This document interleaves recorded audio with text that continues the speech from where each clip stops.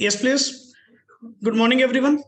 Welcome to SD Commerce Career Sector 10 Panchkula. This is CA Dheeraj here and hope so you're doing well.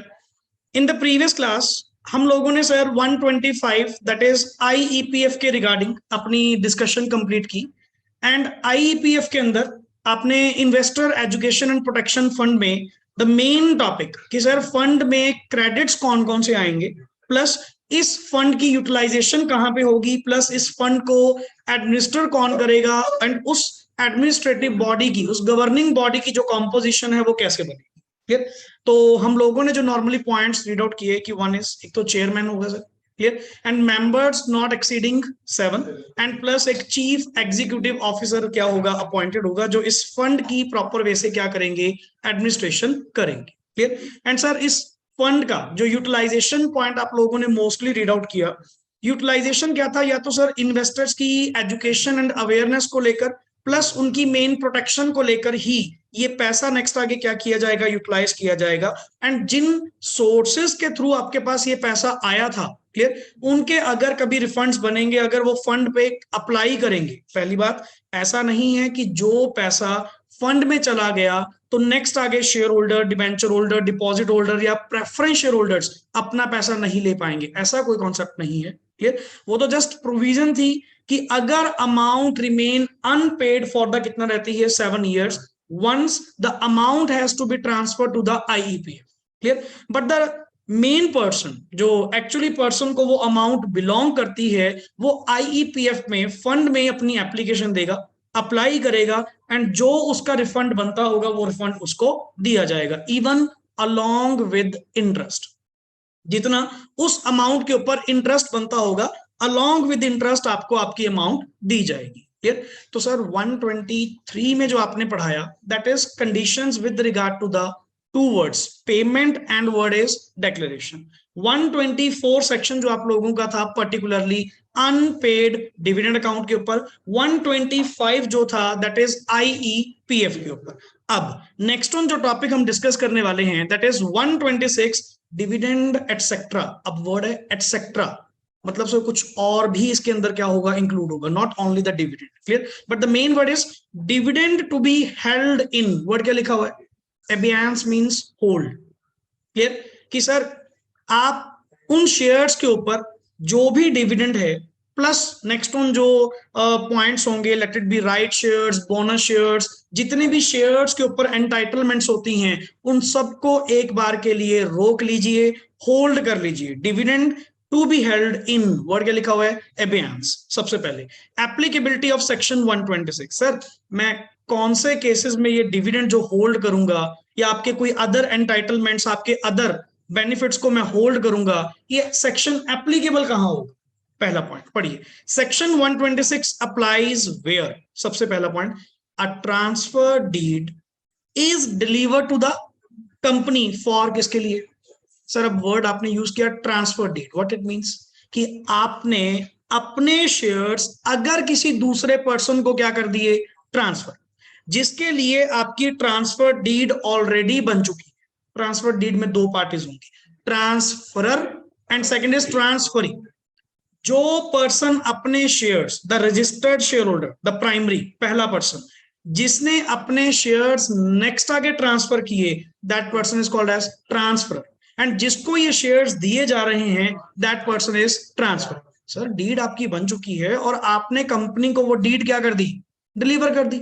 Sir आप एक बार बताइए, in the mean while अगर dividend declare होगा तो वहां पे sir doubt rise नहीं होगा कि डिविडेंड किसको दिया जाए, ट्रांसफरर को दिया जाए या ट्रांसफरी को दिया जाए। सर ऐसे शेयर्स के केस में, ऐसे शेयर्स के केस में जिनकी ट्रांसफर की रिक्वेस्ट मेरे पास आई पड़ी है, जिनकी ट्रांसफर की रिक्वेस्ट मेरे पास आई पड़ी है एंड पेंडिंग है, एंड पेंडिंग है, तो सर उन शेयर्स के ऊपर जो डिविडेंड होगा आप एक बार के लिए रोक लीजिए। कब तक रोक लीजिए, जब तक ये क्लैरिटी नहीं आती, क्लियर, जब तक प्रॉपर वे से ट्रांसफर नहीं होंगे तब तक ये डिविडेंड आप एक बार के लिए रोक लीजिए। पढ़िए, but the transfer of such shares is, word क्या लिखा हुआ है, नॉट रजिस्टर्ड, अंडरलाइन, जिसको लिख लीजिए साइड पे, द ट्रांसफर इज पेंडिंग। कि सर डीड पहुंच चुकी, फॉर्मेलिटी पूरी हो चुकी, बट अभी ट्रांसफर होना क्या है, पेंडिंग है। तो उस केस में आप अभी उन शेयर्स के ऊपर अपना डिविडेंड जो है उसको एबियंस में रख लीजिए, होल्ड कर लीजिए। आगे पढ़िए सर, इफेक्ट क्या होगा, इफेक्ट ऑफ सेक्शन 126 पढ़िए, dividend in relation to Such shares shall be transferred to the unpaid dividend account. Naturally sir, मैंने अपनी प्रोविजंस के अकॉर्डिंग तो चलने, मुझे क्या कहा गया था, डिक्लेयर्ड से within 5 days separate bank account में, एंड डिक्लेयर्ड से ही विद इन 30 डेज में you have to clear all the dues, कि आपको सारे डिविडेंड्स क्या करने हैं, बांटने हैं और खत्म करने हैं। सर आपने तो मुझे कह दिया कि इसको एबियंस में रख लो, तो एज पर द प्रोविजन मुझे क्या कहा गया था कि अगर 30 डेज के अंदर आपका डिविडेंड क्लियर नहीं हुआ, आप अगले 7 डेज में उसको ट्रांसफर कहां कर दीजिए, अनपेड डिविडेंड। तो क्या सर ये पैसा भी, बिल्कुल सर, ये भी तो आपने होल्ड करके रखा हुआ है, मतलब अनपेड है, अनक्लेम्ड है, इसको as per the provision transfer it to the, कहां पे सर, अनपेड डिविडेंड अकाउंट में ट्रांसफर कर दीजिए, कि कोई बात नहीं, क्लियर हो जाएगा, एंड ट्रांसफर वगैरह जब सिस्टम सेट हो जाएंगे, जिसका बनता होगा हम वहां से क्या कर देंगे, पे आउट कर देंगे। But as per the provision जो बनता है वैसा करना पड़ेगा। बट एक नया पॉइंट, हाउएवर, वर्ड क्या लिखा हुआ है, the dividend shall not be transfer to the unpaid dividend account, आपको वहां लेके जाने की जरूरत नहीं है, but shall be paid to the, किसको, ट्रांसफरी को, नए पर्सन को जिसके नाम पे शेयर ट्रांसफर हो रहे हैं, उसको ये डिविडेंड क्या कर दीजिए, पे कर दीजिए, अगर the registered share holder has authorised the company to pay the dividend to the transfer. Simple, transferor ने मुझे खुद कंपनी को राइटिंग में लिख के दिया कि मेरे इन शेयर्स के ऊपर जो डिविडेंड है, ये डिविडेंड ट्रांसफरी को दे दिया जाए, तो ठीक है सर, अब तो किसी बात का कोई डिस्प्यूट नहीं है। पहले में जो डाउट में था वो क्यों था, क्योंकि ट्रांसफर की एप्लीकेशन आई थी एंड ट्रांसफर अभी प्रॉपर वे से रजिस्टर्ड नहीं हुआ, पेंडिंग है, तो मेरे को ये समझ नहीं आ रहा था कि शायद कंपनी अगर बिना पूछे ट्रांसफरी को दे दे तो ये ट्रांसफर मेरे से लड़ पड़ेगा कि आपने सर मेरे से बिना पूछे क्यों दिया। अब उसने खुद कह दिया, ट्रांसफरर ने खुद कह दिया कि मेरे शेयर्स के ऊपर जो डिविडेंड है वो नए पर्सन को, ट्रांसफरी को दे दिया जाए। ठीक है सर, फिर तो अपन डिविडेंड अपना चेक बनाएंगे, व्हाटएवर जो भी है उसके अकाउंट में क्या कर देंगे, ट्रांसफर कर देंगे। अब अनपेड डिविडेंड अकाउंट वाला पॉइंट ही क्या हो गया, खत्म हो गया। Provided authorization has been given by, किसके द्वारा, the transferor. Transferor means the registered share holder, उसने मुझे कहा।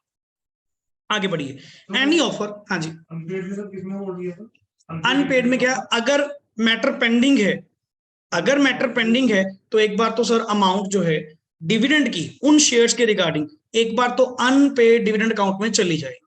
बट अगर ऑथराइजेशन मिल चुकी है, जैसे मैंने कंपनी को कह दिया कि मैं क्या सर मेरे शेयर्स के ऊपर जो डिविडेंड होगा ना, मैं आपको ऑथराइज कर रहा हूं, आप उसको दे दो, कोई दिक्कत नहीं है, क्लियर, देन सर फिर वो अनपेड थोड़ी रहेगी।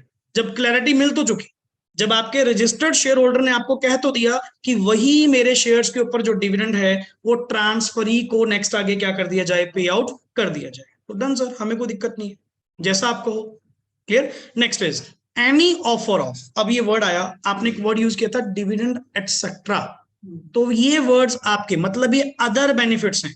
सर क्या सिर्फ इन शेयर्स के रिगार्डिंग हमें डिविडेंड होल्ड करना है, कहता नहीं सर, कोई भी बोनस शेयर्स, कोई भी राइट शेयर्स, कोई बेनिफिट भी होगा अल्टीमेटली उसको भी एक बार क्या कर लीजिए, होल्ड पे डाल दीजिए, कि सर जब तक ये मैटर तुम्हारा ट्रांसफर वाला कंप्लीट नहीं होगा तब तक आपको कोई एंटाइटलमेंट नहीं होगी। वर्ड पढ़िए, any offer of right shares, bonus shares made by the company, जो भी की जाएगी इन शेयर्स पे, शैल रिमेन क्या रहेगी, पेंडिंग। समझ गए ना, कि जब तक ये सारा मैटर क्लोज डाउन नहीं होता भाई साहब आपको कुछ नहीं मिलेगा, जब तक ये मैटर आपका ट्रांसफर का प्रॉपर वे से रजिस्टर्ड नहीं हो। आगे चलिए, overriding effect of, yes please, section 126 पढ़िए जी। हाँ जी, shall apply notwithstanding anything contained in any other provision of the act. Sir ये सेक्शन का ना ओवरराइडिंग इफेक्ट है all over the provisions in the act, whatever जो मर्जी लिखा हो, नॉटविथस्टैंडिंग का मतलब जो मर्जी लिखा हो, ये सेक्शन क्या करेगा, अप्लाई करेगा। जब आपको कह दिया गया by the law companies act के द्वारा कि इन शेयर्स के ऊपर आपका डिविडेंड, इन शेयर्स के ऊपर आपके अदर बेनिफिट्स में दो वर्ड कौन कौन, राइट शेयर्स और बोनस शेयर्स, सब रोक लो, सब रोक लो, कुछ नहीं करना, पेंडिंग में डाल दो। एंड तब तक पेंडिंग में रहेगा जब तक ये मैटर आप लोगों का सेटल नहीं होता, या ट्रांसफर या क्लियर। बट सर आज की डेट में ना ये काफी नॉर्मलाइज्ड हो चुका है, क्योंकि आपको पता है मोस्टली स्क्रिप्ट्स जितनी भी हैं डीमैट अकाउंट के थ्रू चलती हैं। क्लियर, जैसे मनी ट्रांसफर होती है वैसे ही आपके शेयर्स क्या होते हैं, इमीडिएटली ट्रांसफर होते हैं। Clear, with in a settlement time, जो थोड़ा वो T+2 एक दो दिन का जो टाइम होता है। अब तो बहुत ज्यादा ही मतलब टेक्नोलॉजिकल एडवांसमेंट हो चुकी है। ये कॉन्सेप्ट था जो फिजिकल शेयर्स के केस में चलता है, वहां पे ये तुम्हारी ट्रांसफर डीड प्रॉपर वे से बनती थी, एक स्टैम्प पेपर के ऊपर, ट्रांसफरी दोनों पार्टीज अपने साइन एंड ऑल, वो ट्रांसफर डीड कहाँ भेजी जाती थी, कंपनी में, कंपनी उसको रजिस्टर्ड करती थी, पुराने शेयर सर्टिफिकेट के बदले में नए शेयर सर्टिफिकेट क्या होते थे, इशू होते थे। ये सर थोड़ा सा बैकग्राउंड फिजिकल शेयर्स के केस में ज्यादा चलता है। क्लियर, चलिए now the most important final crux 127, that is failure to distribute. सबसे इंपॉर्टेंट क्वेश्चन है जी आपका। मोस्टली केस स्टडीज आपको इनमें से काफी एक एक वर्ड इनमें से इंपॉर्टेंट मिलने वाला है कि sir failure to distribute dividends within 30 days. मैंने इतना समझाया कि भाई साहब 30 दिन के अंदर क्लियर कर दो, 30 डेज के अंदर आपको पेमेंट करना जरूरी है, नहीं तो नेक्स्ट 7 डेज के अंदर आप कहां पे डाल दो, छूड़ा वहां पे भी नहीं, जितना डिले उसमें भी करेगा तो वहां पे भी आपने क्या साथ में दिया था, इंटरेस्ट भी दिया। समझ गए ना, तो अलग से अब एक बार तो डिफॉल्ट हो चुका। एक चीज बताओ, 30 डेज के अंदर मैंने पे आउट नहीं करा, देखो जी अगर तो कोई जेन्युइन रीजन होगा फिर तो बात अलग है। मतलब सर क्या यहाँ पे हमें कुछ एक्सेप्शंस पढ़ने को मिलेंगी? यस, बिल्कुल, हर जगह पेनल्टी वर्क नहीं करती। There are some genuine causes, there are some genuine points, मतलब एक्सेप्शंस, वेयर आपके ऊपर ये पेनल्टीज एप्लीकेबल नहीं होगी। Otherwise in simple words 30 days के अंदर डिक्लेयर्ड से 30 डेज के अंदर अगर आपकी फेलियर प्रूव हुई कि आपने डिविडेंड पे आउट नहीं करा, ये सेक्शन नहीं छोड़ेगा। पढ़िए सबसे पहले, time limit for the payment of, word क्या लिखा हुआ है, डिविडेंड। सर प्रोविजन पुरानी है, द डिविडेंड शेल मीन्स होना चाहिए, मैंडेटरी है सर, ऑप्शन नहीं है कोई, shell be paid, that is dividend warrant shall be posted. देखो जी अगर तो कैश है, कैश माने बैंक के थ्रू, क्लियर, कच्चे का काम नहीं अपना, क्लियर, तो बाय बैंक जो भी चैनल्स के थ्रू हमने पे आउट करना था तो वो हम ऑलरेडी क्या कर चुके हैं सर, या तो पे आउट कर चुके हैं या हमने डिविडेंड वारंट्स बनाकर, वाउचर्स, कूपन्स काइंड ऑफ जैसे वर्ड यूज करते हैं, तो एक डिविडेंड वारंट्स बनाकर सबके नाम पे हमने पोस्ट कर दिए कि जब मर्जी कैश करवा लेना, हमारी ओर से तो ये पेड है। क्लियर, एक चीज बताओ, जैसे लेटेड भी आप Amazon के वाउचर परचेज करते हो, गिफ्ट वाउचर्स होते हैं, 5000 का वाउचर परचेज किया, वो तो सर स्टार्टिंग डे से Amazon ने तो पे कर दिया ना आपको, अब उसको आप रिडीम कब करवाते हो, दैट इज डिफरेंट थिंग। हमारी ओर से तो 5000 की वैल्यू उसके अंदर कंटेन्ड है, जहां मर्जी ऑल ओवर स्टोर्स पे आप उस वाउचर को क्या करवा सकते हैं, रिडीम करवा सकते हैं, दिस इज द वैल्यू। वैसे ही सेम डिविडेंड वारंट है, कंपनी तो भाई साहब 30 दिन के अंदर डिविडेंड वारंट बनाकर क्या कर चुकी है, पोस्ट कर चुकी है। जैसे मैंने आपको चेक्स दे दी, अब चेक की वैलिडिटी 3 महीने होती है, आप कब लेने आ रहे हैं वो अलग बात है, मैंने तो आपको पोस्ट कर दिया ना, मैंने तो 30 डेज के अंदर अपनी लायबिलिटी पूरी करी। क्लियर, पढ़िए, with in 30 days, yes please, of its declaration. अब मेन इंपॉर्टेंट मार्क कर लीजिएगा इसको सर, इंपॉर्टेंट मार्क कर लीजिएगा, पनिशमेंट फॉर डिफॉल्ट। आपने पहले भी कोई पनिशमेंट रीड आउट की थी वेरियस सेक्शन के अकॉर्डिंग, सर वो अलग थी, वो रिस्पेक्टिव सेक्शंस के अकॉर्डिंग टू थी।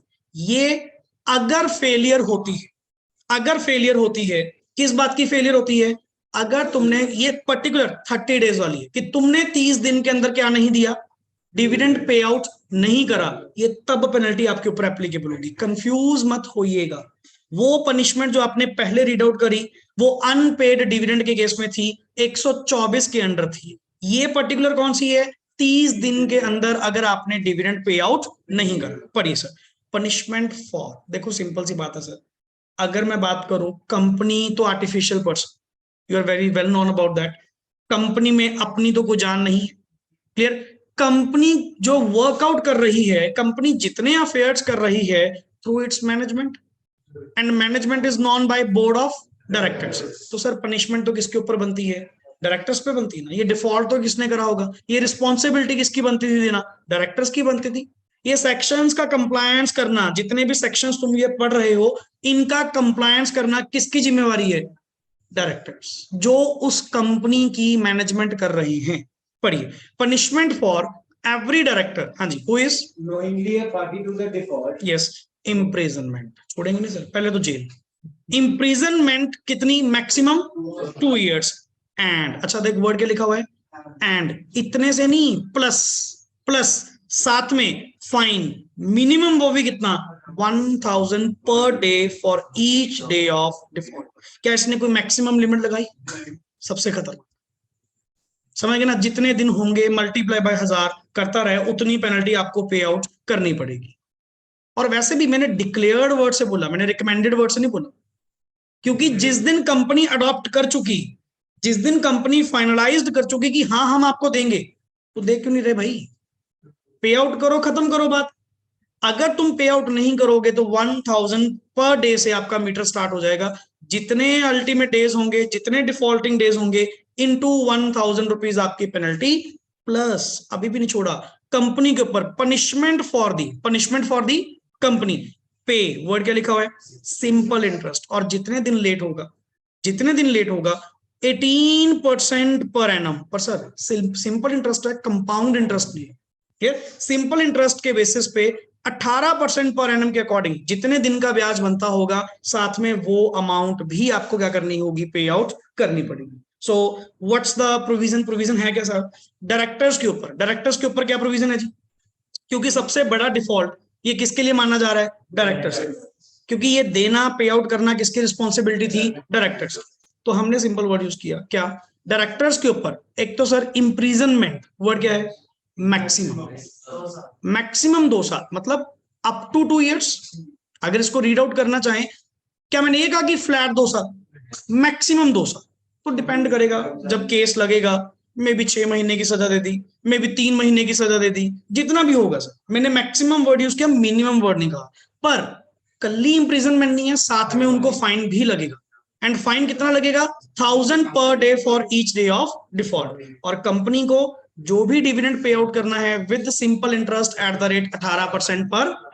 चलिए नाउ इससे भी इंपॉर्टेंट वर्ड आता है कि सर कब कब कौन कौन से केसेस में आपका 127 में डिफॉल्ट काउंट नहीं होगा।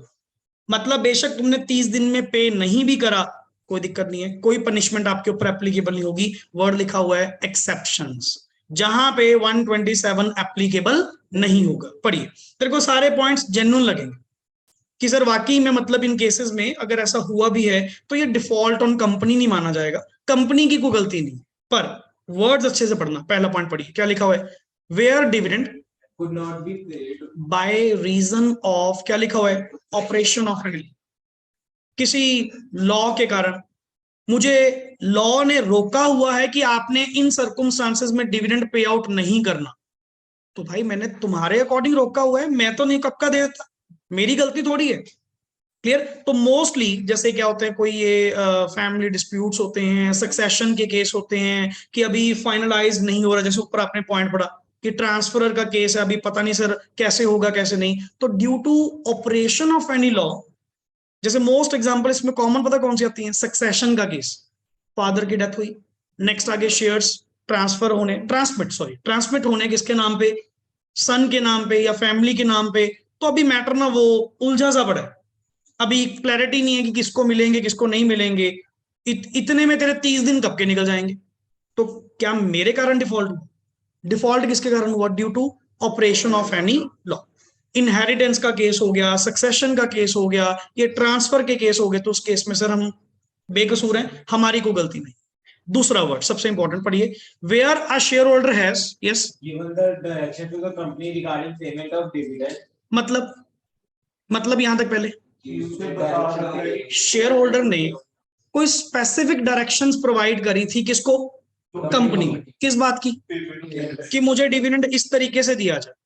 जैसे होता नहीं कुछ आप लोगों से अगर पूछा जाए कि sir what would you prefer, hard copy और सॉफ्ट कॉपी, क्लियर, या मेल पे या व्हाट्सएप पे, तो कुछ स्पेसिफाइड पॉइंट्स होते, ऐसे ही आपने कोई डायरेक्शंस कंपनी को प्रोवाइड करी कि मुझे डिविडेंड जो दिया जाए वो डिविडेंड वारंट में दिया जाए या बाय बैंक दिया जाए या इस वे से पे आउट किया जाए, but those directions can not be, क्या लिखा हुआ है, वो डायरेक्शंस कंप्लाई नहीं हो सकती थी, नहीं हो पाई।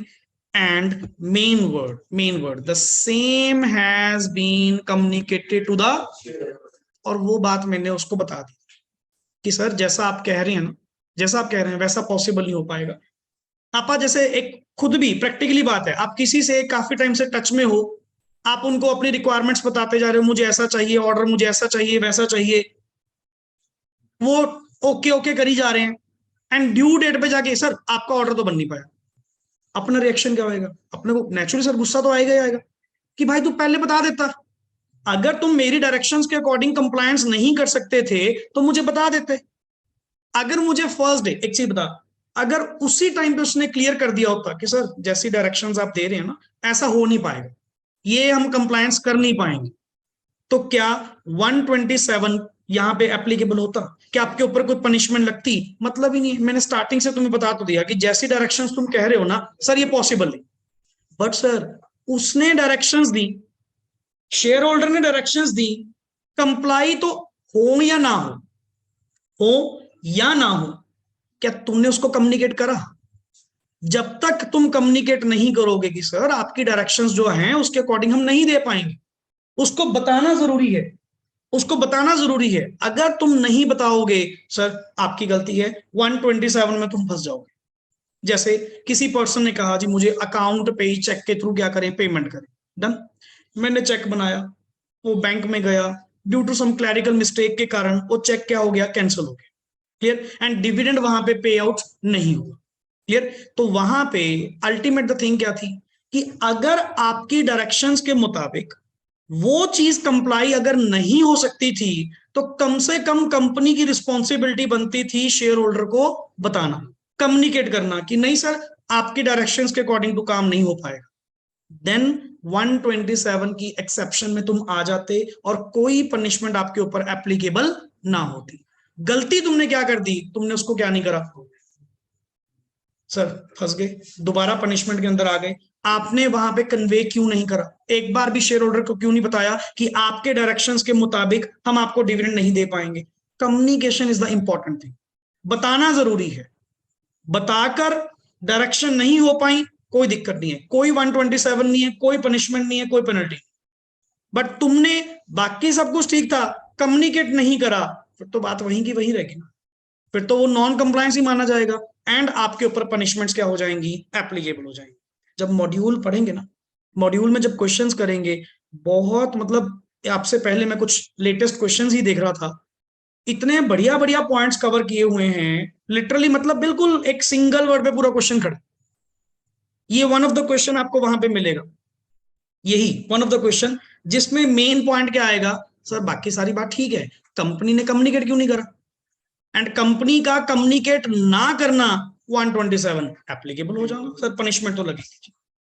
पर उसने ना क्वेश्चन ऐसे ड्राफ्ट किया हुआ है, तेरा सारा ध्यान, अब जिसने तो इतना डीपली समझा हुआ है इस पॉइंट को, अपने को ना याद क्या रह जाता है कि हाँ सर एक एक्सेप्शन थी कि शेयर होल्डर ने डायरेक्शंस दी एंड अगर वो डायरेक्शन कंप्लायंस नहीं हो सकती तो 127 एप्लीकेबल नहीं होता, गलत।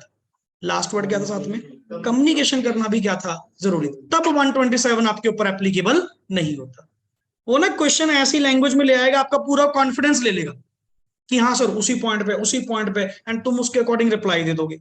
पर वर्डिंग थोड़ी ध्यान से रीड कर, क्या कंपनी कम्युनिकेट कर पाई या नहीं, अगर मैं तुम्हारे मुताबिक काम नहीं कर पा रहा, क्या मैंने आपको बताया कि हाँ सर ये पॉसिबल नहीं हो पाएगा, that is the main thing. चलिए नंबर थर्ड पॉइंट, हाँ जी। अगर कंपनी डिफरेंस इंडिकेट करती है, जैसे कहती है कि अगर हो पाएगा तो हो जाएगा, नहीं तो नहीं हो पाएगा, ऐसे बिल्कुल, तो वो कंसीडर होगा। आपको वन साइड देखो, सिंपल सी बात है, डीम्ड कम्युनिकेशन कभी वर्ड नहीं यूज कर सकते आप, आपका वर्ड कम्युनिकेट करना यहाँ पे क्या है, जरूरी। जैसे आपका वाला पॉइंट है कि सर हो गया तो ठीक है, नहीं होगा तो समझ लेना, ये मतलब नहीं, डीम्ड वर्ड कभी यूज नहीं करेंगे क्योंकि सेक्शंस में क्या लिखा हुआ है, proper communication must be there. If communicate किया है उसको, हाँ जब वो कांटेक्ट वगैरह हुआ, बिल्कुल। तो उस टाइम पे कंपनी ने बताया हम्म, कि अगर पॉसिबल होगा तो हम कर देंगे, नहीं तो वही आ गया ना, ये आप उसको वन साइड होकर चलो, ये मतलब क्या, आप फिर मतलब उसी टाइम क्लियर कर दो कि नहीं सर पॉसिबल नहीं हो पाएगा, ये क्या जी अगर हो गया तो कर देंगे, नहीं होगा तो ये चीज नहीं, वो और कंफ्यूजन क्रिएट कर देगी, आप उसी टाइम क्लियर कर दो। जैसे हम कहते हैं ना, कभी भी मान लो चलो आपसे डीलिंग चल रही है, किसी भी पर्सन से डीलिंग चल रही है, ये जो डबल स्टेप हो जाता ना, ये गलत काम हो जाता।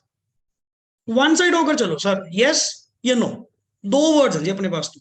मैंने कहा जी आपके directions can not be complied with and the same has been communicated to the share holder, मैंने उसको क्लियर कर दिया कि ये नहीं हो पाएगा।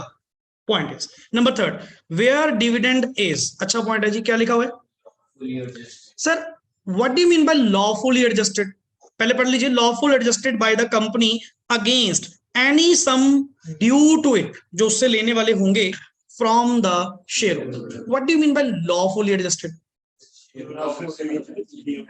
एक लाइक कॉल मनी लेनी थी, मतलब सर जो पैसा लॉफुली लेना बनता था, लॉफुली जो वाकई में उसकी ओर बनता था लेना, और इधर से हमने क्या डिक्लेयर कर दिया, तो मैंने सेट ऑफ कर लिया, मैंने एडजस्ट कर लिया, but the word is lawfully.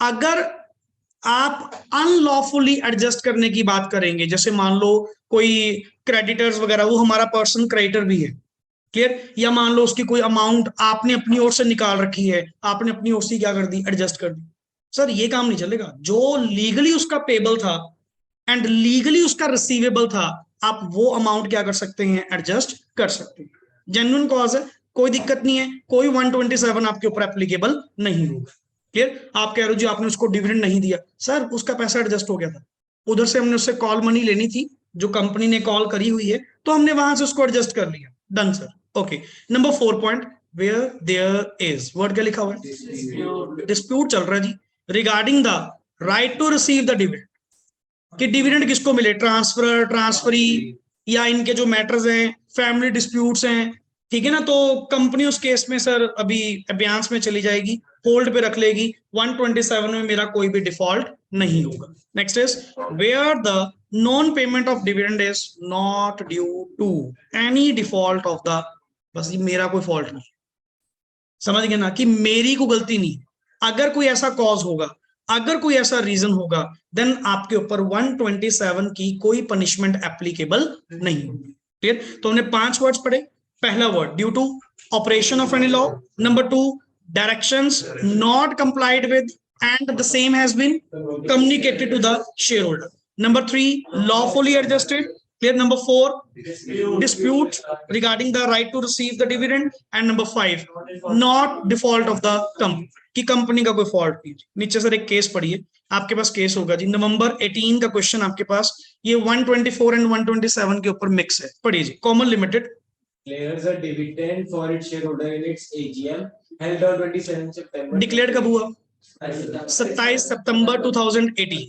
हो सकता है शायद यही क्वेश्चन आपको मॉड्यूल में भी मिले, क्लियर। तो कुछ क्वेश्चंस आपको सेम भी मिलेंगे मॉड्यूल और इधर से भी, पर आपका कवर दोनों करेंगे, हर टॉपिक करने के बाद यहां से भी, प्लस लास्ट लेक्चर, हर टॉपिक का लास्ट लेक्चर जो हमारा हुआ करेगा वो कौन सा होगा, आईसीआई मॉड्यूल के क्वेश्चंस, सिर्फ क्वेश्चंस, क्लियर। पढ़िए, referring to the provision of the general clauses act 1897 and companies act 2013 advise the dates during which Komal Limited is required to pay the dividend. Sir dividend उसने कब से pay करना था, 27 से within 30 days, within 30 days, and दूसरा the dates during which Komal limited is required to transfer the unpaid or unclaimed dividend to unpaid dividend account after within after 30 days within 7 days, clear. ये जिसको word बोलते हैं from the expiry 7 days from the expiry of 30 days, clear. तो यहां पे इसकी language पढ़िएगा सबसे पहले, पढ़ो जी सर, कॉमन लिमिटेड पढ़ो, Komal Ltd is required to pay the dividends on or before 27 October 2018. 2018 Since as per section 127 of the Companies Act 2013, dividend shall be paid within 30 days of its declaration. बिल्कुल sir, since, हाँ जी, as per section. अब इसने ना एक word आपके लिए नया act use किया, the general clauses act. Sir आपको ना शायद जैसे मैं कॉमनली बात पूछ रहा हूँ, आपकी एजीएम कब हुई थी? 27 सितंबर से 30 दिन काउंट करना। इंक्लूड करना है क्या आप 27 सितंबर इंक्लूड करेंगे? नहीं, इन्होंने नहीं किया। देखो सर, दो रूल्स होते हैं, या फर्स्ट डेट या लास्ट डेट, एक तो छोड़नी पड़ती। तो जिस दिन से कहा गया, जैसे मान लो 27 से कहा गया, हम काउंट करना स्टार्ट करते हैं 28 से। 30 डेट जब कब करोगे तो आपके वो कितने बनेंगे? 27। This is journal clauses act 1897 जो है, वहां पे आपको ये चीज पढ़ाई जाएगी। सर ये जो डेज होते हैं फ्रॉम टू, इसमें कौन सा डे इंक्लूड करना होता है, कौन सा डे एक्सक्लूड करना होता है, दैट इज द थिंग। पढ़िए, सिंस एज पर सेक्शन 9, हाँ जी, of the General Clauses Act 1897, where the word from is used in a provision of an act which relates to the computation of any period of time, the first day कौन सा था? 27 सितंबर लिखा हुआ है law में। ये भी ऐसे नहीं आप कैलकुलेशन करते, हर चीज मेंशन्ड है। The first day in such period of time, 30 दिन काउंट करते हुए 27 सितंबर को आप क्या करेंगे? एक्सक्लूड करेंगे। और द लास्ट डे जो 30th डे होगा वो क्या होगा? इंक्लूड। तुम काउंट करके चेक कर लो, आपका 27 अक्टूबर ही आप लोगों की क्या बन रही होगी? Proper 30th day. 30th day कौन सा बन रहा होगा? 27 अक्टूबर बन रहा होगा। इन शॉर्ट अपन क्या कहते हैं? एक दिन छोड़ना, एक दिन छोड़ना। तो वो नेचुरली फर्स्ट डे, जब वर्ड आता है फ्रॉम, फ्रॉम मतलब जिस दिन से कहा गया ना, वो दिन आपने बीच में काउंट नहीं करना होता। नेक्स्ट डे से आपका 30th डे का टाइम पीरियड क्या होता है? शुरू होता है। प्लस नेक्स्ट आगे सेकंड क्वेश्चन क्या था? कि वो अगर अनपेड रहता है तो कितने दिन में? पढ़िए sir, Komal limited, yes please. अच्छा 7 डेज काउंट करना। अब कब से काउंट करोगे? 27 अक्टूबर था ना, तो 28, 29, 30, 31, 1, 2, 3, सर 3 तारीख तक, 3 तारीख तक आपको ये पैसा अनपेड डिविडेंड अकाउंट में ट्रांसफर करना। ये देख प्रैक्टिकली क्वेश्चन आने लगे, प्रैक्टिकली। ये पहले कभी ऐसे क्वेश्चन लास्ट जो बैच में थे, ये प्रैक्टिकली ऐसे क्वेश्चन डिस्कस नहीं हुए थे, जो अब डे बाय डे ये क्या करते जा रहे हैं, नया नया नया पॉइंट ढूंढेगे तो सही, प्रोविजन कुछ तो लेकर आएंगे। ये प्रैक्टिकल डेट्स पे उतरा है।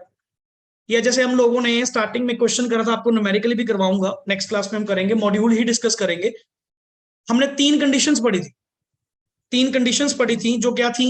Amount to be withdrawn from the reserves, कि sir if company is earning inadequate profits or absence of profits and the company wants to declare the final dividend, then आप पुराने रिजर्व यूज कर सकते हैं। Practical question 5 number में with figures आप लोगों को दे दिया गया and you have to calculate. आपने कैलकुलेट करके देना था कि कितनी अमाउंट कंपनी यूज कर सकती है from the reserves. Condition 1, condition 2, condition 3, proper reply. बड़ी अच्छी एग्जांपल है, मॉड्यूल में अपन वो नेक्स्ट क्लास में डिस्कस करेंगे, आपको एक ब्रीफिंग भी दूंगा उस चीज की। चलिए नेक्स्ट आगे सर, अगला टॉपिक है जी अपना, पढ़िए, revocation of dividend. Sir what do you mean bye revocation? Cancellation. वैसे तो सर आप एक तरफ तो वर्ड यूज कर रहे हो डिक्लेयर्ड, डिक्लेयर करके फिर तो मुकरने वाली बात हो गई कि कंपनी एक तरफ तो कह रही जी हम आपको डिविडेंड बांटेंगे, चलो रिकमेंडेड था, हमें भी विश्वास नहीं था कि पता नहीं शायद मेंबर पास करेंगे या नहीं करेंगे, बट कोई चीज अगर क्या हो चुकी है, डिक्लेयर्ड हो चुकी है, फिर थोड़ी मुकरने देंगे। पढ़िए sir, no revocation of dividend. पढ़िए जी, section 127 requires payment of dividend within 30 days of its declaration. Section 127 also covers certain circumstances in which non-payment of dividend within 30 days does not amount to contribution. तुमने 127 पूरा पढ़ा। 127 एक तरफ तो company को मजबूर कर रहा है, किस बात के लिए? 30 दिन के अंदर क्लियर कर। और तुमने कुछ केसेस भी पढ़े, कुछ एक्सेप्शंस भी पढ़ी, जिनमें 127 एप्लीकेबल। क्या उन सारे वर्ड्स में तुमने कभी रेवोकेशन पढ़ा? तो पॉसिबल ही नहीं, तो पॉसिबल ही नहीं है। जब 127 की एक्सेप्शंस तुमने पढ़ी 5 पॉइंट्स, क्या उनमें रेवोकेशन वर्ड लिखा हुआ था? तो पॉसिबल ही नहीं है। पढ़िए, revocation of dividend is not a ground for non payment of, हमने तो पढ़ा नहीं sir, clear. And thus ordinarily, अच्छा अभी भी वर्ड है ordinarily, generally a dividend once declared can not be. But sir वही बात है, हर जगह कुछ ना कुछ एक्सेप्शंस तो होती हैं। किस बात की एक्सेप्शन? कि जी बहुत ही मजबूरी केस है, कंपनी का दिवाला निकलने वाला है, कंपनी का गोइंग कंसर्न के ऊपर इफेक्ट आने वाला है, या डिविडेंड ही आपने गलत वे से क्या करा, डिक्लेयर करा, तो शायद मतलब 99% तो वर्ड में क्या कहूंगा, नहीं सर कोई रेवोकेशन पॉसिबल नहीं, but still there is a 1% chance. Dettol वाले भी 100% नहीं कहते, वो भी 99 कहते हैं कि पता नहीं सर जर्म्स पर भी निकला है। सेम यहाँ पे कि यहाँ पे भी सर देखो रेवोकेशन हमारे अकॉर्डिंग तो नहीं होती, बट हो सकता है चांस। कब पढ़ी exceptions, where declaration of dividend is, पहली बात वर्ड क्या लिखा है, सुना word, ultra vires means beyond powers. Company जब अपनी पावर से बाहर होकर अगर कुछ काम करेगी तो सर वो कंपनी के ऊपर एप्लीकेबिलिटी नहीं होगी। जैसे आप पढ़ते हो वर्ड मेमोरेंडम से जो चीज बाहर गई, बाहर कंपनी उसके इसलिए कोई भी लायबल नहीं है। पढ़िए sir, where dividend is declared although the company has not earned sufficient profits. कोई भी किसी भी तरह के केस हो सकते हैं जहां पे अल्ट्रा वायर कॉन्सेप्ट क्या होगा आपका अप्लाई होगा। The declared dividend can be, word क्या लिखा हुआ है, revoked, however if illegally declared dividend is paid. पहली बार तुमने बड़े इलीगल वर्ड यूज किया, बहुत ही गलत वे से। इलीगल कौन सा होगा, मेमोरेंडम से बाहर वाला। तुमने सिंपल काम कहे थे, कंपनी के ऊपर वो कॉन्ट्रैक्ट एप्लीकेबल होते हैं जो उसके मेमोरेंडम में लिखे होते हैं। जो चीज मेमोरेंडम से, वो कंपनी के लिए क्या है, इलीगल। और वो डिविडेंड पकड़ के तुम्हारे डायरेक्टर्स ने क्या कर दिया, पे कर दिया, फिर तो सर गलती है। क्या पहली बात कंपनी लायबल होएगी इस केस में, जिसने पे करा होगा। एंड आपको पता है कंपनी कौन चला रहा है, मैनेजमेंट माने बोर्ड। तो डायरेक्टर शेल बी, वर्ड क्या लिखा हुआ है, liable to indemnify means compensate, लिखिए side, indemnify means compensate the company, that is they shall be, word क्या लिखा हुआ है, पर्सनली लायबल। वो पर्सनल लायबल होंगे सर, कंपनी को, यहां पर लिख ले company will not be liable, लिख ले साइड पे word, company will not be liable, company liable नहीं होगी, वो डायरेक्टर्स पर्सनली क्या होंगे सर, लायबल होंगे।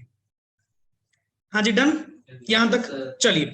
वेयर द कंपनी, दूसरा पॉइंट, एक तो हो गया अल्ट्रा वायर्स, दूसरा point where the company ceases to be, declare कर चुकी to be going concern. Sir going concern हमारी इफेक्ट हुई, हम नेक्स्ट आगे कंटिन्यू करने के लायक नहीं रहे, और एक तरफ मैं डिविडेंड बांटूंगा, ठीक है ना, इधर से दिवाला निकल रहा है, उधर से लड्डू बांट रहे हैं, ये कि कहां की पॉसिबिलिटी है सर। एक तरफ तो आप डिक्लेयर कर रहे हो कि sir we ceases to be going concern, कि हमारी गोइंग कंसर्न खत्म है, तो अल्टीमेटली उस केस में आप अपना डिविडेंड क्या कर सकते हैं, रिवॉक कर सकते हैं।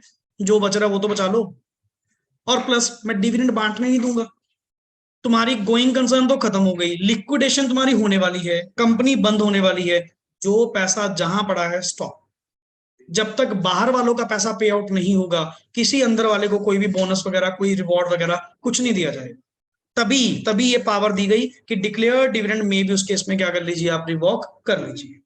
Clear point. तो आपने नॉर्मली सेक्शन में क्या पढ़ा, generally sir once declared, generally word बोल रहा हूं, generally once declared it can not be, but there are some exceptions, and उन एक्सेप्शंस में वर्ड क्या आता है जी, one is ultra vires and दूसरा गोइंग कंसर्न। क्लियर। चलिए अब आते हैं सर एंटायरम डिविडेंड। एक डेफिनेशन में हमने पढ़ा था कि dividend includes final dividend and interim dividend. पढ़िए सर, अच्छा सेक्शन है, क्वेश्चन यूजली इसमें से भी पूछा जाता है। ये देखने के लिए डिविडेंड के तेरे 5 पेज हैं, बट शॉर्ट इसमें से क्वेश्चन मिलना ही मिलना है। हाँ ये नहीं पता वो बदल के कौन कौन सा क्वेश्चन पूछेंगे, हर लाइन ही इसकी क्या है, हिट करने वाली। पढ़िए interim dividend, yes dividend includes any interim dividend. बिल्कुल, मीनिंग सर ये एंटायरम डिविडेंड क्या है, that dividend which is declared between 2 AGMs, 2 AGMs के बीच में, 2 AGM। वैसे तो डिविडेंड कब कहां डिक्लेयर होता है, AGM पे, जो फाइनल वाला होता है वो कहां डिक्लेयर होता है, AGM पे। जो 2 AGM के बीच में डिक्लेयर किया जाए that is called as interim. पढ़िए dividend declared between 2 AGMs is called as interim dividend. yes, Interim dividend is declared underline by the board.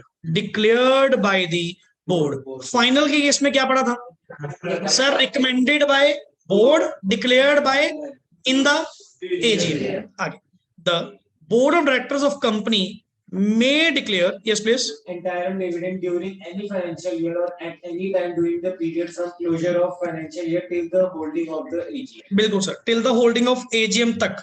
तभी तो कह रहा हूं वेट नहीं कर पा रहा, मैंने बिटवीन 2 AGMs ही क्या कर दिया, अपना डिविडेंड क्या कर दिया, डिक्लेयर कर दिया।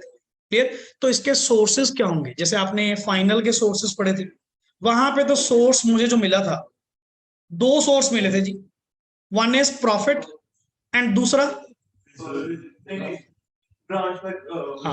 Guarantees amount provided by CG और SG in pursuance of guarantee given by them. Clear? But यहाँ पे ऐसा कोई काम नहीं, यहाँ पे सोर्स आपके पास एक ही मिलेगा, कुल मिला के 3 में डिवाइडेड है, बट वर्ड क्या मिलेगा, प्रॉफिट्स, सरप्लस। पढ़िए, सरप्लस कौन से sir, surplus in the profit of financial year for which such interim dividend is sought to be, जिसका तुम देने चाह रहे हो उस साल के प्रॉफिट्स में से, या profit generated in the financial year till the quarter proceeding the date of declaration of interim dividend. ये जो रिसेंट अपना क्वार्टर निकला, रिसेंट जो क्वार्टर निकला, जैसे मान लीजिए हम लोग जुलाई में एंटायरम डिविडेंड देने की बात कर रहे हैं, जुलाई में एंटायरम डिविडेंड देने की बात कर रहे हैं, तो जुलाई में जो एंटायरम डिविडेंड देंगे आप कौन सा प्रॉफिट यूज कर सकते हो, ये सर ये पिछला क्वार्टर भी तो निकला, अप्रैल में, और उसमें से प्रॉफिट यूज कर लीजिए, उसमें से प्रॉफिट यूज कर लीजिए।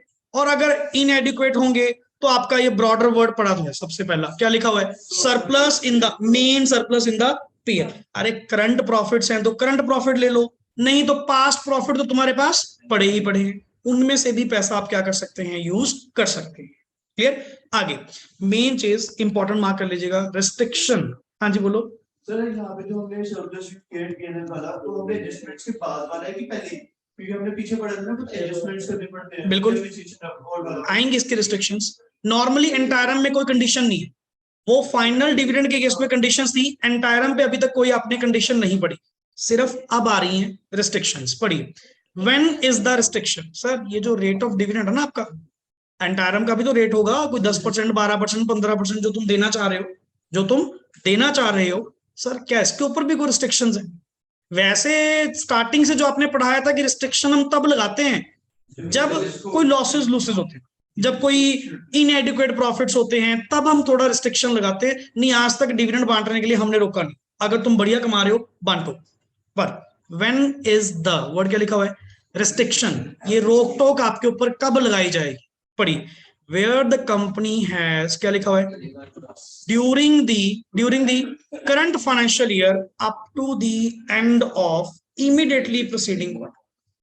तुम्हारे क्वार्टर 1 में या जब भी तुम डिक्लेयर कर रहे हो, इमीडिएटली प्रोसीडिंग क्वार्टर में, इमीडिएटली प्रोसीडिंग क्वार्टर में आपको क्या हुआ है, लॉस, और तुम एंटायरम डिविडेंड देने की बात कर रहे हो, चलो दे दो, वो तो पास्ट प्रॉफिट्स में से दे सकते हो, हमें कोई दिक्कत नहीं है, पर थोड़ा रिस्ट्रिक्शन है सर। कहते हैं रिस्ट्रिक्शन क्या है, इफेक्ट पढ़िए, the rate of interim dividend, interim dividend का जो रेट है, शैल नॉट एक्सीड द, क्या लिखा हुआ है, average rate of dividend during the proceeding 3 financial years. इससे ऊपर आप डिक्लेयर नहीं कर पाएंगे। ये कंडीशन नंबर 1 उधर भी थी, सेम यहाँ पे, बट बाकी अदर कोई कंडीशन नहीं। जैसे उधर था आपका रिजर्व में से कितना पैसा निकालना है, निकालने के बाद बैलेंस कितना होना चाहिए, वो कंडीशंस नहीं है, just only 1 condition, average rate से, पिछले 3 साल की एवरेज रेट से ज्यादा एंटायरम डिविडेंड आप नहीं दे पाएंगे। क्लियर? चलिए अदर पॉइंट्स पढ़िए जी। No power is required for declaration of interim dividend. बिल्कुल, Interim dividend shall be paid within 30 days of its Same point. declaration. once declared interim dividend cannot be revoked। Clear? पढ़िए जी। yes, whether declaration of, Interim dividend at the rate 15% is valid. अब पूछ रहे हैं जी क्या 15% dividend बांटना अपने आप में सही है? मैं कह सर ये तो डिपेंड करेगा ना केस टू केस। पढ़िए क्वेश्चन पढ़िए, pet limited, Incurred a loss in business of पहला word incurred, loss. Incurred loss सुनते ही वर्ड रिस्ट्रिक्शन, रिस्ट्रिक्शन क्या थी, 3 साल की एवरेज से ज्यादा नहीं। Sir the company has declared dividend at the rate of 12, 15, 18, करियो प्लस, 15 ही आएगा। कितना 45, 15 ही जा रहा है, एवरेज 12 + 15 + 18 डिवाइड बाय 3, एवरेज कितनी आ रही है 15, और ये भी कितना देने को कह रहे हैं 15। क्लियर? नीचे पढ़िए सर आगे, sir in spite of the loss the board of directors of the company have decided to declare interim dividend at the rate 15% for the current financial year. Examine the decision of pet limited stating the provision. यहां पे बढ़ता है कि पहले आपको क्या explain करनी होती है, provision. Of declaration of interim dividend under the companies act 2013। देख सेक्शन कभी रिक्वायर्ड मैंने कभी नहीं कहा, आपको भी जरूरत नहीं है, हमेशा एक्ट का नाम जरूर ले लीजिए। As per companies act 2013 provision क्या है, क्लियर। सबसे पहले the rate of interim dividend shall not exceed the average rate of dividend during the 3 preceding financial years, और जो कितनी आ रही है आपकी 15%। और कंपनी डिक्लेयर कितना करना चाह रही है सर, वैलिड। ये तो बहुत शॉर्ट प्रेजेंटेशन है, इतनी भी नहीं करनी। आपका तो अपना प्रॉपर वे से जो जैसे एक्सप्लेनेशन करते हैं वैसे ही करेंगे, ये तो जस्ट एक एग्जांपल साइड्स हैं, क्लियर। चलिए द लास्ट टॉपिक पढ़िए, कंसीक्वेंसेस ऑफ, हाँ जी, payment of dividend out of capital. Word क्या लिखा हुआ है सर? आपने तो कहा था कि डिविडेंड आउट ऑफ प्रॉफिट्स होता है। ये देखो कंपनी वाले कैसे मेरी ही कैपिटल मुझे खिला रहे हैं, मेरा ही पैसा मेरे को खिलाई जा रहे हैं एज अ डिविडेंड। तो वहां पे वर्ड क्या चलता है कि आप डिविडेंड प्रॉफिट में से नहीं, डिविडेंड आउट ऑफ कहां से दे रहे हैं? ये तो सबसे गलत बात है। मैं तो रिजर्व में से पैसा यूज नहीं करना चाह रहा, तुम लोग मेरी ही कैपिटल मुझे खिलाई जा रहे हो। ये मोस्टली कंपनीज करती हैं, जितनी स्टार्टअप कंपनीज नहीं आती है ना, जितनी फ्रॉड वाली होती हैं, आपसे इन्वेस्टमेंट ले ली, शुरू में बहुत अच्छी रिटर्न देंगे, आपको लगेगा कि पता नहीं कंपनी कितना देगी पैसा, 5-6 महीने ही मिलेगी। क्यों? जब तक तेरी कैपिटल हमारे पास है वही तुझे खिलाई जा रहे हैं, वही तुझे डिविडेंड की तरह बांटी जा रहे हैं। बाद में जाके क्या कर देंगे सर, एकदम से स्कैम कर देंगे। जब लोगों से मार्केट की हवा बन जाएगी, लेट इट बी मैंने युवराज से पैसे ले लिए, मैं क्या तुझे 4% महीने का ब्याज दे, 4%, ये कैलकुलेशन पड़ गया, 12 चौके 48, वाह, 48% ब्याज साल का, ले लो जी 2 लाख रुपए। मैंने इसको, वही बात है, थोड़ा झांसे में लेने के लिए एक बार तो पैसा बढ़िया बांटूंगा, मैं कहा जी मंथली डिविडेंड उठाओ हमसे, 4% ले लिया करो। जब इसको 2-3 डिविडेंड मिले, ये आ गया मेरे पूरे विश्वास में, इसने आप जैसे 10 के और पैसे लगवा दिए कि देख देख, हाँ मैंने खाए, मेरे को मिल रहा डिविडेंड। ऐसे 2-4 डिविडेंड मैं आपको दूंगा, उसके बाद पैसा इकट्ठा करा, चलो ये चलते हैं points. That is out of capital, कि जहां पे कंपनी डिविडेंड आउट ऑफ क्या दे रही है सर, कैपिटल दे रही है, तो उसमें कंसीक्वेंसेस आपके क्या होंगे? पढ़िए सर। पहली बात तो ऐसे केस में, पहली बात पर्सनल लायबिलिटी ऑफ, हाँ जी पढ़िए जी, the director shall be held Personally liable to make good to the company the amount distributed as dividend. पहली बात तो जितना पैसा बांटा ना, जितना पैसा डायरेक्टर्स ने बांटा, उनके लिए वो क्या होंगे, पर्सनली लायबल। दूसरी बात, डायरेक्टर्स राइट ऑफ, क्या लिखा हुआ है, indemnity. Directors have a right of indemnity against the, किनके against? Who has received dividends knowing that they were being paid out of. देखो जी, चलो मैं कह रहा हूं, मैं तो जो गलत था क्लियर, जिन लोगों ने खाया वो भी तो गलत है, उनको भी तो इस बात का पता था कि कंपनी स्टार्टअप कंपनी है, इतने मोटे डिविडेंड कहां से आ जाएंगे? इतनी तो आप लोगों इन्वेस्टर्स को इतने तो नॉलेज तो होती है कि कंपनी लॉसेस में तो है, प्रॉफिट कहां से है नहीं उनके पास, डिविडेंड कहां से बांट रही है कंपनी, मतलब वो नेचुरली अपनी कैपिटल खा रहे हैं।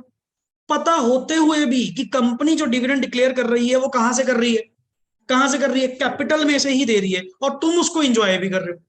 सर सिंपल सी बात, जिन मेंबर्स ने खाया वो मेंबर्स किसको वापस करेंगे, डायरेक्टर्स को, एंड डायरेक्टर्स नेक्स्ट आगे पैसा किसको वापस करेंगे, कंपनी। क्लियर? तो अल्टीमेटली ये स्टेप बिल्कुल क्या चल रहा था, गलत चल रहा था। हमने बिल्कुल ट्रांजैक्शन क्या कर दी, रिवर्स कर दी। मैंने डायरेक्टर को भी राइट दिया, किस बात का राइट टू इंडेमनिफाई, कि भाई तुझे भी कंपनसेट किया जाएगा, कि वो मेंबर्स जिन्होंने नोइंगली ये पैसा, पता होते हुए भी कि डिविडेंड कहां से दिया जा रहा है, आउट ऑफ कैपिटल में से दिया जा रहा है, वो आपको पैसा वापस करेंगे, आप नेक्स्ट आगे कंपनी को क्या करेंगे, इंडेमनिफाई करेंगे। प्लस आगे बढ़िए, नो लायबिलिटी ऑफ डायरेक्टर्स, आगे बढ़िए, where dividend Improperly paid out of capital have been made good out of subsequent profits. liability ceases to attach to the directors. But कई डायरेक्टर्स अपने आप में कॉन्फिडेंट होते हैं अपनी वर्किंग के ऊपर कि sir for the time being हम लॉसेज हैं, नेक्स्ट 2 मंथ्स में हम कंपनी को किस में ले आएंगे, प्रॉफिट्स में ले आएंगे। मैं कहा जी मुझे नहीं पता, प्रॉफिट्स में आ जाएगी ना तो ये समझ लेना तुम्हारी जान बच गई, समझ गया ना? नहीं तो लायबिलिटी मैं तुम्हारे ऊपर पहले से क्या कर चुका, इंपोज कर चुका, मैं तो लायबिलिटी बना चुका कि ये जो लायबिलिटी, कंपनी कहती मेरे पास तो पैसा ही नहीं है, जिसने डिक्लेयर करा उसको जाके पकड़ो। सिंपल सी बात कि यहां पे तो लायबिलिटी ही किसकी बनती है, डायरेक्टर्स की। बट सर अगर कल को डायरेक्टर्स सब्सीक्वेंट प्रॉफिट्स कमाकर अच्छा उसको बना सकते हैं, जैसे होते हैं सर कि फॉर द टाइम बिंग हालात अपने माड़े हैं, 2-4 महीने दो, 4 महीने में कंपनी आपकी प्रॉफिट्स में ले आएंगे, ठीक है सर, मेरे को क्या जा रहा है, मैं कहा जी जिस दिन प्रॉफिट्स में आ जाएगी मैं आपकी लायबिलिटी क्या कर दूंगा, सीज कर दूंगा कि आपकी कोई बनती नहीं थी। दोबारा पढ़िए, where dividends improperly paid out of have been made, क्या लिखा हुआ है, good, out of subsequent profits the liability ceases to attach to the directors, उस दिन से liability कोई भी उनकी नहीं बनेगी, ठीक है। वैसे भी प्रॉफिट होता तो डिविडेंड देना ही था, पर हुआ क्या, जब डिविडेंड देना था ना तब पैसे थे नहीं, इन्होंने कैपिटल में से उठा के बांट दिया, पर वही नेक्स्ट आगे इन्होंने कमा तो भी लिया, सब्सिक्वेंट प्रॉफिट्स भी तो ले आए, कोई दिक्कत नहीं सर, इनकी लायबिलिटी अटैच मत करो। ये मान के चलो कि अगर कंपनी के पास उस टाइम पे प्रॉफिट होते फिर भी तो देते, और इन्होंने तो फिर भी गुड फेथ में क्या करा, कंपनी के लिए काम कराना, कोई दिक्कत नहीं सर, बेटर अंडरस्टैंडिंग है, अच्छा चल रहा है, is that clear? So this is all about your total topic 123 से लेके 127 तक हमने टॉपिक्स डिस्कस किए with some extra topics. 123 section जो आप लोगों का था किसके ऊपर, conditions with respect to payment and declaration of dividend, 124 unpaid dividend clear, 125 IEPF, 126 dividend etc to be kept in abeyance, to be held in abeyance clear, and 127 failure to distribute dividend within 30 days। उसके बाद topic हमने पढ़ा एक revocation of dividend and एक एंटायरम dividend के ऊपर points आप लोगों ने डिस्कस किए, क्लियर। प्रॉपर वे से नेक्स्ट लेक्चर में ये पढ़कर आइएगा, क्योंकि पहले मैं आप लोगों से थोड़ी सी लिसनिंग करूंगा, क्लियर, क्योंकि उसी के बाद क्वेश्चन करने का फायदा है जब आपको प्रोविजन सारी क्या होंगी, वेरी क्लियर। तो नेक्स्ट क्लास में हमने सिर्फ और सिर्फ क्वेश्चंस ही क्या करने हैं, डिस्कस करने हैं, कुछ मॉड्यूल का एक्स्ट्रा पार्ट है, नया पार्ट है, clear. And as per the set, जैसे मैंने आपको पहले भी बताया कि ये जो नोट्स आपके पास हैं जो ऑन स्क्रीन है, ये as per the last attempt है, आपकी जो बुक आपके पास आएगी वो अपडेटेड आएगी, हो सकता है मैं आपको थोड़ा सा अमेंडमेंट लेक्चर भी क्या करूं, प्रोवाइड करूं as per the new modifications, new amendments, कुछ एक दो वर्ड्स, कुछ एक दो अटैचमेंट्स जो न्यू आई हैं वो एक अलग पार्ट हम क्या करेंगे, रिकॉर्ड अप करेंगे। बट सर 99% वही कंटेंट जो आप सेक्शंस में पढ़ रहे हैं एग्जैक्टली सेम है, स्टिल 1% चांस है कि कुछ ना कुछ नया ऐड ऑन होता रहता है, वो अमेंडेड पार्ट के थ्रू, क्योंकि नया मटेरियल अभी कहीं भी नहीं है, इवन आईसीआई का भी मटेरियल पुराना ही चल रहा है, जैसे ही नोटिफिकेशंस आती हैं, बुक्स अपडेट होती हैं, हम एक नया लेक्चर भी उसके ऊपर टेकअप करेंगे। Is that clear? ओके जी, thanks a lot. Yes students, any doubt? Anjali, गुण, रेयान, सेजल? सर जो इंटरिम डिविडेंड के ओके जी। Excuse me sir,